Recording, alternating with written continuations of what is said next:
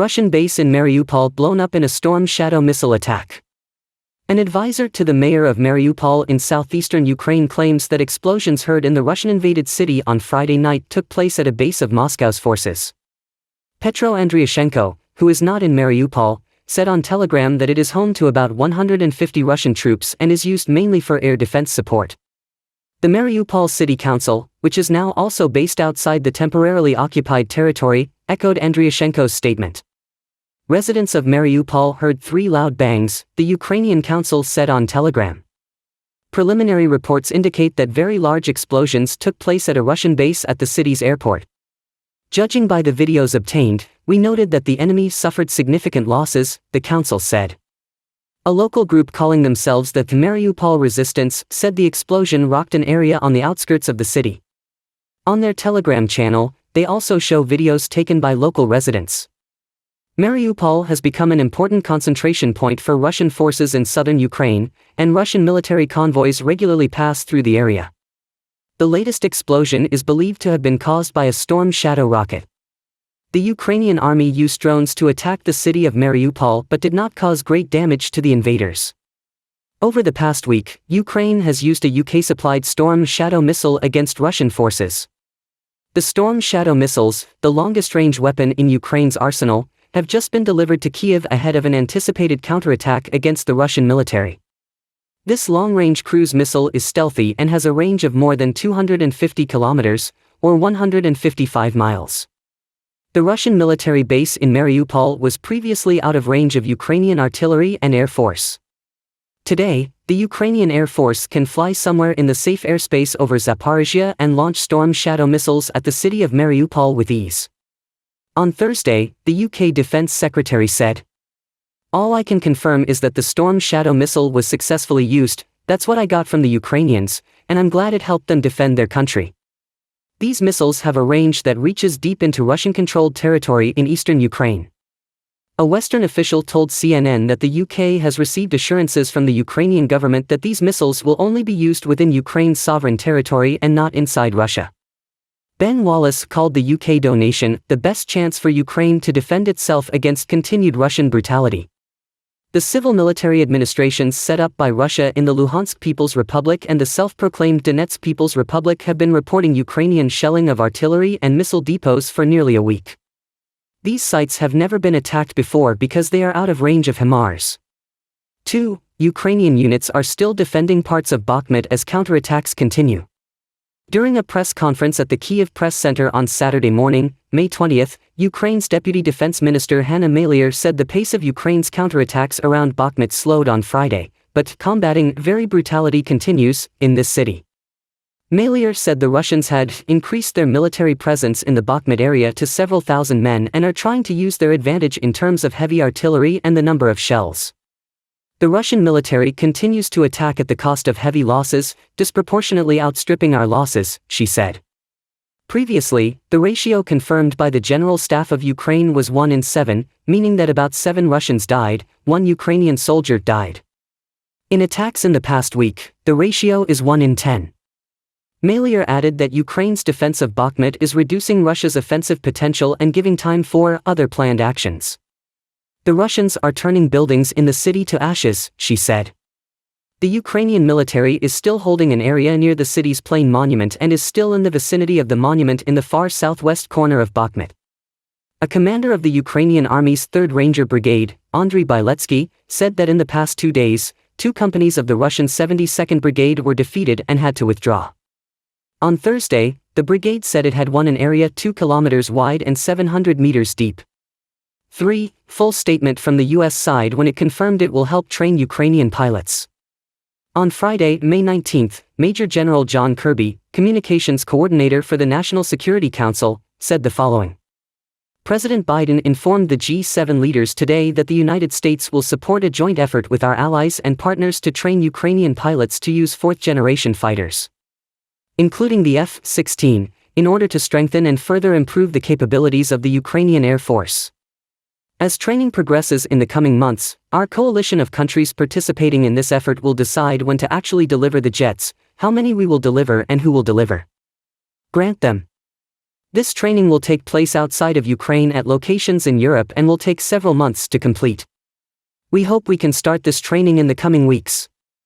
So far, the United States and our allies and partners have focused on providing Ukraine with most of the systems, weapons, and training it needs to conduct offensive operations this winter. This spring and summer. Discussions on improving the Ukrainian Air Force reflect our long-standing commitment to Ukraine's self-defense.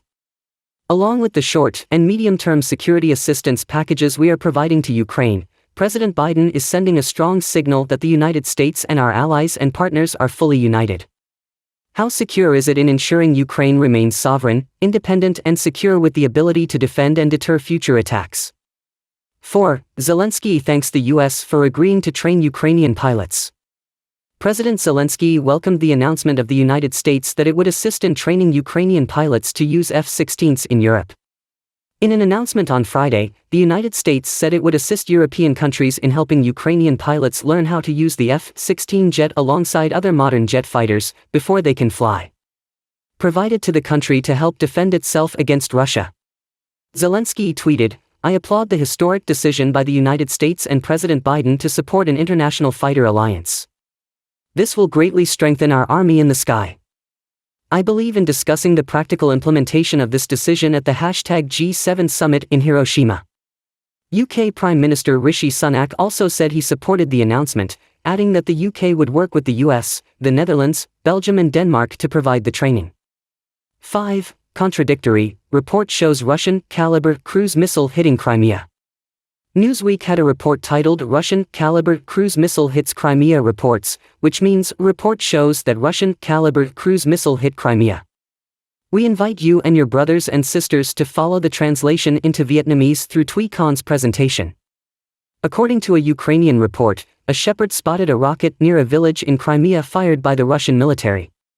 The peninsula was annexed by Russia in 2014. Experts who arrived at the scene concluded that the downed missile, found near the village of Volkanivka in the southern part of the peninsula, was a Caliber missile belonging to the Russian Defense Ministry. The Astra news agency said there were no casualties. There are no further details on the presence of the downed missile in the Russian-invaded peninsula. Newsweek has reached out to the Russian Defense Ministry for comment. Russian forces regularly use Caliber missiles to attack mainland Ukraine, often launched from warships based in the Black Sea. In March, Ukraine said it had destroyed many Russian cruise missiles that were being transported by rail to Russia's Black Sea Fleet based in Crimea. Russia has increased the frequency of missile attacks on Ukraine in recent weeks. These include 4 mass attacks this month, compared with once in April and once in March, and twice in February. Ukraine, backed by Western-supplied equipment such as the Patriot missile system, appears to be successfully defending itself against the Moscow attacks. On Tuesday, Ukraine said it intercepted a mass missile attack in the early hours of the morning, including 9 Caliber missiles fired at Kyiv. According to Kyiv, the interception of 6 nuclear-capable Kinzhal missiles strengthened confidence in Ukraine's missile defense capabilities. In the early hours of Thursday, Ukraine said its air defenses had intercepted 6 rockets fired by Russia. Ukraine's general staff said on Thursday that in just one night, 29 Russian missiles were shot down, along with 2 kamikaze drones and 2 reconnaissance drones. Kyiv said 6 Caliber cruise missiles were launched from the Black Sea along with 2 Iskander missiles fired from ground-based tactical missile systems. Andriy Nebitov, the head of the Kyiv Provincial Police, said no significant damage had been reported from the falling rocket debris and there were no casualties. However, Ukraine's Southern Command reported that 1 person was killed and 2 others injured after a Russian missile attack in the Odessa region. Also on Thursday, British Defense Secretary Ben Wallace said the British-supplied Storm Shadow missile had been used by Ukraine, but did not elaborate. The air-launched missiles have a range exceeding 155 miles, far beyond the range of weapons supplied by the United States. In another development, also in Crimea, a train carrying grain between Simferopol and the city of Sevastopol derailed. The head of the regional parliament installed by Moscow, Vladimir Konstantinov, said that was the result. The result of a destructive explosion. 6. NATO drafts secret plans against Russia, we're ready to fight tonight. Newsweek had a report titled NATO forges secret plans against Russia, we are ready to fight tonight, which means, NATO drafts secret plans against Russia, we are ready to fight tonight. Now. We invite you and your brothers and sisters to follow the translation into Vietnamese through the presentation of Taiwan. NATO leaders prepare to approve plans outlining how the alliance could respond to a Russian attack. The move comes as a top NATO official, Admiral Rob Bauer, warned that preparation was needed because a conflict could emerge at any moment. NATO, which has been involved in smaller conflicts like Afghanistan in recent years, has not drawn up such detailed plans for defending against a Russian attack since the end of the Cold War. But President Vladimir Putin's all-out invasion of Ukraine has led to a rethink. The 1,000-page plans will also instruct its 31 members on how to upgrade forces and logistics. The move will be approved at the alliance's annual summit in Vilnius in July, which could take several years to fully implement, although NATO officials say the alliance could plunge into war right away. "We are ready to fight tonight," said Lieutenant General Hubert Cotterill, Deputy Chief of Staff at NATO Supreme Headquarters Allied Forces in Europe, or SHAPE for short. He said that the coalition did not believe it was necessary to increase its troops in the east, which is what the Baltic states had asked for. "If the Russians gather troops on the border, we will be worried. Also, if we gather troops on the border, they will be worried." Last year, NATO agreed to place 300,000 troops on high alert, up from 40,000. However, the coalition has struggled to keep up with Ukraine's demand for military equipment and will have to upgrade logistics to allow troops to be deployed quickly via rail or road. Historian at SHAPE, Ian Hope, told the agency that a possible conflict with Moscow would be different from the threat posed during the Cold War, because of drones, hyperweapon radio and the internet pose new challenges. There are questions about NATO's readiness for a conflict with Russia. In September 2022, a former senior NATO commander, General Sir Richard Shiref, told Newsweek that the alliance was not ready to go to war with Moscow if an all-out invasion of Ukraine turned into a case in point. Worst. Being ready for the worst means mobilizing reserves, he said. That means rebuilding capabilities that have been lost through years of defense cuts. Last month, NATO Secretary General Jens Stoltenberg said that all member states had agreed that Ukraine would join the alliance once the war was over. The alliance has grown in size to 31 members after Finland's accession last month, doubling NATO's border with Russia to 1,600 miles. Ukrainian President Volodymyr Zelensky is expected to attend the NATO summit, although officials in Kyiv want the route to membership in the alliance to happen before the summit. Newsweek has reached out to NATO via email for further comment. 7. The Russian foreign minister said the next 2 months will be decisive on the future of the Black Sea grain deal. Russian Foreign Minister Sergei Lavrov said the next 2 months would be a decisive moment when it came to the future of the grain deal in the Black Sea, which would allow safe grain exports from Ukrainian ports. Weighing all the circumstances and taking into account the calls of our partners, we support President Erdogan's initiative when he proposes to extend this agreement by 2 months, with clear understanding that these 2 months will be decisive. Lavrov told a news conference in Moscow. Kremlin spokesman Dmitry Peskov confirmed on Thursday that after talks on easing restrictions on Russian agricultural exports, Moscow has agreed to a 2-month extension to the military agreement. Cup in Haihai. We can confirm that the Russian side has also decided to continue this so-called Black Sea Agreement for a period of 2 months, Peskov told reporters. He described it as a relative outcome for Russia, adding that the fate of the treaty, in the hands of the United Nations negotiators, who must agree to the demands of the United Nations. Russia had previously threatened to withdraw from the deal, complaining that a separate deal with the United Nations to facilitate Russian grain and fertilizer shipments was brokered as part of the talks. Judgment on the agreement last July has not been complied with. What is the grain deal in the Haihai? Dear, this agreement was first established in July 2022 to ensure safe Ukrainian grain exports amid Russia's blockade of Ukrainian ports. The deal, which the United Nations and Turkey helped broker, expired on Wednesday before it was renewed. According to the European Commission, Ukraine accounts for 10% of the world wheat market, 15% of the corn market and 13% of the barley market. Ukraine is also a global leader in the sunflower oil market. If the agreement is not renewed, food security around the world will be threatened. The International Emergency Committee, or IRC for short, wrote on Tuesday that up to 90% of imports into East African countries are shipments backed by the grain deal. The IRC said that if these imports were to stop, there would be a spike in the number of undernourished people to nearly 19 million by 2023. 8. Russia's war in Ukraine is weakening its influence in Central Asia. China aims to fill the void. Chinese leader Xi Jinping will roll out the red carpet for Central Asian nations this week as Beijing tries to expand its reach into an area long seen as Russia's sphere of influence.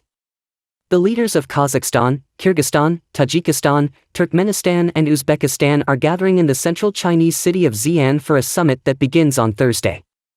According to Chinese state media, this is the first face-to-face meeting between heads of state with China since they established diplomatic relations after the collapse of the Soviet Union. This took place when the region is grappling with the economic knock-on effects of neighboring Russia during its invasion of Ukraine.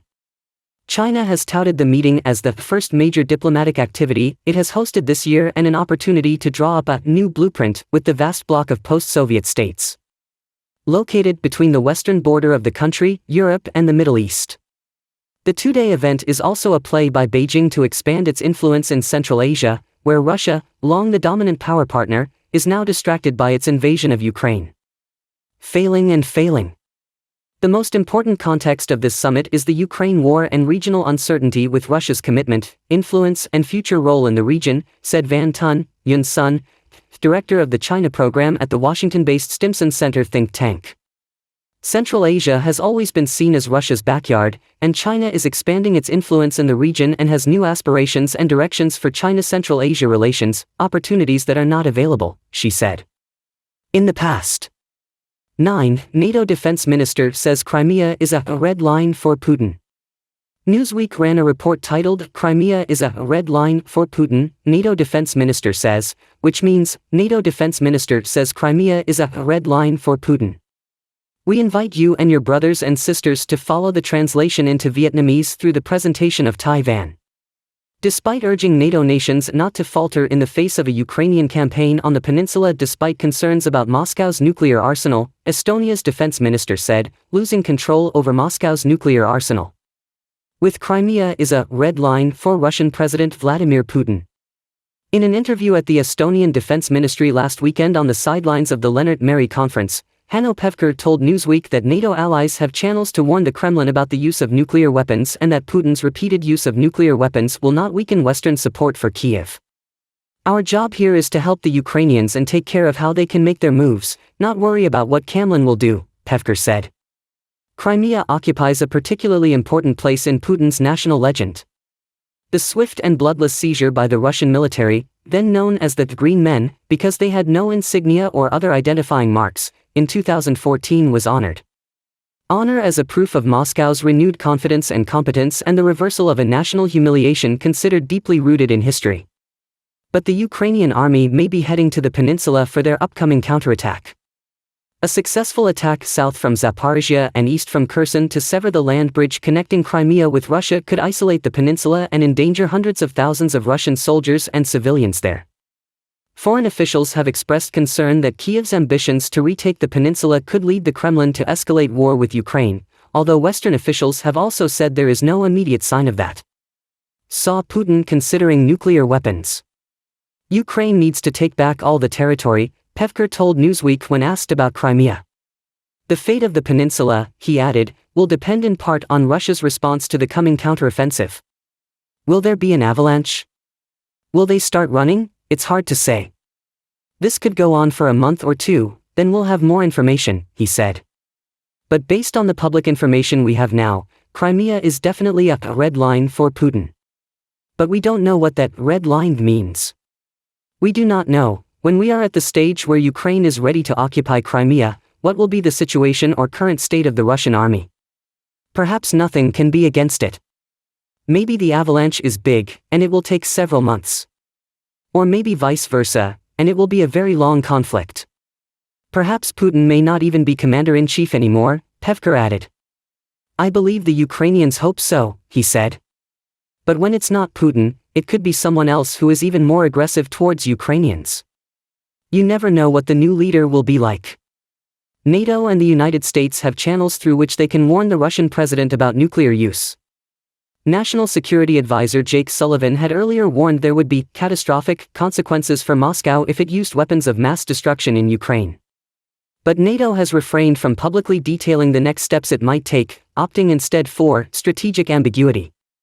Pevker told Newsweek that the line was a warning enough for Putin. "I believe that what NATO will do will never be announced," he said. And this is true because there are channels to send a message to Russia about the nuclear threat, the nuclear attack. And certainly, NATO and its allies will use these channels to send the right message. As for whether this message has been sent, Pevker said, there is no need to speculate. We've seen that Russia spooked its allies a bit. We see that this threat is still a threat. When you want to get real results, don't do it publicly. Especially when it has nothing to do with the nuclear threat. Pevker is among those calling for caution against Ukraine's impending, or perhaps already happening, counteroffensive. It's very important, we all understand that, the defense minister said. But let's not put too much pressure on the Ukrainians with that. Yes, this is why we have also trained Ukrainian soldiers in Europe, as well as here in Estonia. And this is why we send military aid to Ukraine. We need to hope that this country will be as successful as possible. But to put things into context, the front line is 800 to 900 kilometers, the full line is up to 1,000 kilometers, that is huge. Obviously, even if you have 12, maybe 13 new brigades, you still have to deal with over 300,000 Russians. Every army understands that to have an extremely powerful counterattack, you need to have a 1-to-3 or 1-to-4 ratio on your side, he said. This is why I believe we must take it calmly and not put too much pressure on the Ukrainians. Let's see where this goes. Ukraine will hope that the attacked Russian forces cannot withstand the attack. The leaders in Kyiv have made it clear that the main objective of the defensive battles of attrition during winter and spring in the east is to weaken Russia's power. Certainly they lost a lot of good fighters, even in the first months of the war, Pevker said of the Russians. We all also understand that defending is much easier than attacking. Even though the Russian army has been downsized, they still have hundreds of thousands of people there. Newsweek has reached out to the Russian Defense Ministry by email for comment. You can't predict what might happen, the minister said. The counterattack can be like an avalanche. If you have a snowball and you throw it down the mountain, it can turn into an avalanche. But it could also just be a snowball. We have to hope it comes out like an avalanche. And don't forget that, in any case, that cannot affect our help to Ukraine, because Ukraine's ultimate goal remains the same, to win the war and regain its territory. There. In the meantime, Pevker said, NATO nations should do more to equip the Ukrainians to prepare for the attack. Estonian military aid to Ukraine so far is about $400 million, which in Estonian terms is a little more than 1% of GDP, he said. We have a total of 54 countries in the Ramstein format of the Ukraine Contact Group with a total GDP of about $50 trillion.